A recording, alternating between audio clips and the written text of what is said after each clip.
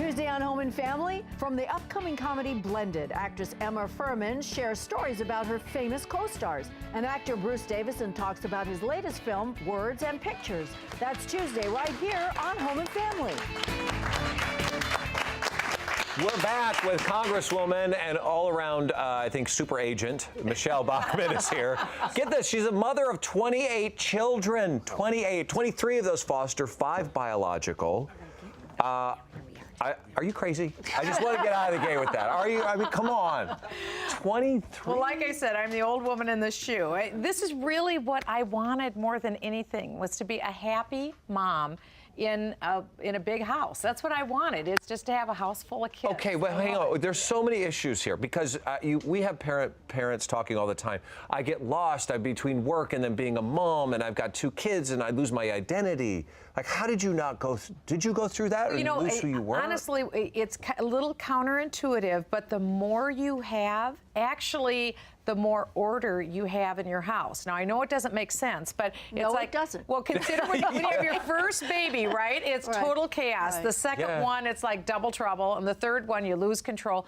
The fourth one, you have to start to get a system. By the 5th child, you really have the system. And then you start a buddy system where you pair an older child with a younger child, and everyone has their chores. And once you get a system in place, you don't know how you'd ever get along without the kids, because you can literally get the house clean in about 20 minutes. Oh, so I see her. So you became a foster parent because you wanted to clean house. Oh, okay. You wanted them to do the laundry. Now you're letting the truth out. No, not exactly. But you figure out survival tactics, and it's so much fun because these kids have great senses of humor. They're constantly playing tricks on you, and we just, we have a good time. Well, how did you decide to initially become a foster parent? Well, like I said, I always wanted to be a mom, but we had a miscarriage, and our 3rd baby was a miscarriage. When that happened, it rocked our world. And my husband and I both decided at that point that we would receive however many children we had, however many children God gave us. And we ended up having 5 biological, but it was really foster care, where children who biologically weren't ours, that's really where we added the numbers. So it was what was it, 92 is when you first decided that you were going to have a sports team? Well, sort of. Actually, I was pregnant with our 4th baby, and at that point, I had been a federal tax litigation attorney. So I had worked in federal tax court for a number of years. When the 4th baby, when I was pregnant with that 4th one, it wasn't going to happen anymore. It was too many balls that we were juggling in the air. Sure. And so I decided now's the time to realize my dream. My husband had finished his PhD. He's a clinical psychologist. He started his private practice. So I really could stay home full time then. And then it was all about the kids. At that point, everything was about the home and the kids and building up our family. Well, didn't you have an epiphany, I believe, at church, where you met a family that had a foster child, and that kind of planted the seed? That's exactly what happened. We'd never really thought about foster care before, but my husband and I we have a very strong faith. We are committed believers in Jesus Christ, and in our church was another couple that had a foster daughter. She was expecting a baby, and they were intending to keep her and her child and help her learn how to parent. And we, our hearts broke for this girl, and we thought, that's something we could do. We'd never thought about it, but, our hearts are broken, and we decided to stretch ourselves and see if we could do this. So we opened ourselves up, and we took our first girl. All right. So, okay. All right. I'm still blown away by 23. Had the first one not gone well, would you tapped out? Like, obviously, the first child that you had got, that you fostered. It went really well. The first one so really who was, did. what was the experience? She was a great girl. She was a great girl. She was 16 years of age. She was in a homeless shelter, and we got a call from a social work agency. Would we take her? And so we were fear and trembling. We went to pick her up. We were probably as scared as she was, and she was in the shelter. She had mismatched clothing on and a rumpled jacket, and we brought her home, and she had a suitcase this big. It's the weekend size, like going to grandma's, like a 3-year-old would have. We took her up to the bedroom. I opened up the little suitcase. She literally had one garment, and the shoes she was wearing were size 9. The only problem was she was a size 6. She had nothing. And this little girl had to go to school the next day in an affluent suburban high school.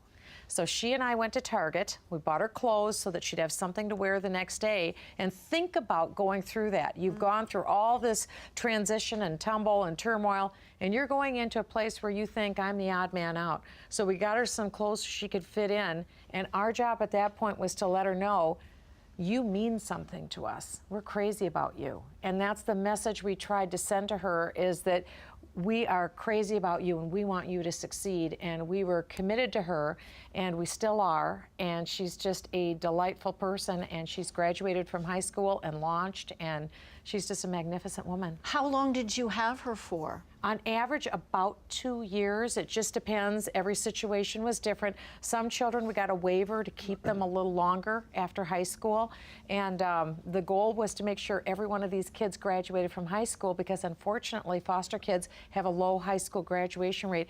And they all graduated. All the kids graduated. Well, let me ask you, though, about your family. How did they assimilate into the family? How did your children accept this girl, and vice versa? Well, our biological kids learned that they weren't the only people in the world, that the world's a lot bigger than just them. And our biologicals were 10 and under, and our foster girls were 16 and over. And we kept a schedule so that our biologicals all went to bed around 7:30. And so when our biologicals went to bed, then we gave undivided time to the foster kids. And I don't want anybody to get the wrong idea. We didn't have 23 foster kids all at one time. We had 4 foster girls at a time and 5 biologicals. So the census in the house was 9 kids. When I grew up, there's a lot of families that had 9 kids or 7 kids. I'm exhausted with 2. Doable, okay. You know? Usually you have 9 months to prepare. You know, in our case, it's a phone call and we have them the next day. Of those, because we talked about the first one that you had, there was a succession of them. They're not all coming to you, you know, without their sort of baggage and the issues that they have to deal with. Well, we weren't a perfect family either. And families just had a challenge. It was some kind of challenge in the family. And for whatever reason, this child wasn't going to go home again before high school. So we brought them in, and our job was just to provide, this is a model. We're not perfect, but this is a model of what a mom and dad look like, who love each other. Here's a schedule. The dad goes to work, the dad comes home, we sit down, we pray before the meal, we do chores, and everybody goes to bed on time. It's not a rocket science formula. It's called life, but it works, and these kids really want it. They want it. They want a schedule and expectations. Now, we understand, though, that you took in specifically young girls who had eating disorders. We did. Why did you do that? Well, you know, we didn't ask for that. That's what started presenting. And the eating disorder program, I think, liked our home and thought this would work well. And my husband, like I said, is a clinical psychologist. We weren't there doing the therapy work. We were mom and dad, but we understood that this is a very complex issue. Eating disorder isn't generally about the food. It's about other issues. It's about control. Right. And so that's what we tried to do, is just provide a very safe, loving environment where they could be who they were and just kind of let their hair down a little bit and breathe. They needed to take a breath and relax. Well, when they let their hair down, were you pulling yours out? Like, when did you sleep? Serious, 9 at a time. I know you said I didn't have 23. Yeah. I'm sorry, I got the facts wrong. 9 is like still a team. So when did you guys find time as a couple? Well, that's a good question. I'm telling you, we had to work really hard. We didn't have a lot of discretionary time. And so we had to figure it out. So there wasn't a lot. Yeah. But, and we didn't do it forever. I mean, we did this over a period of 6 years.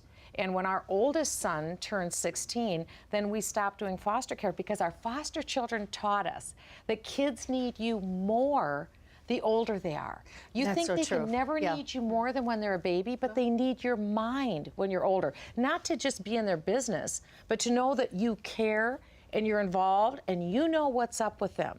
Are you still in touch with your children, and how hard was it when they had to leave? Good question. Especially when they need you more as they get older. That's right. With some of them we are, and with some of them we aren't. And you know, some have just gone off onto their own lives, which is great. That was our goal, to teach them independence, but also to have them go back toward their biological family of origin. Ultimately, every child, I think, wants to know that they have a blessing from their biological mom and dad. Yeah. So our goal was to let them know their mom and dad don't have horns.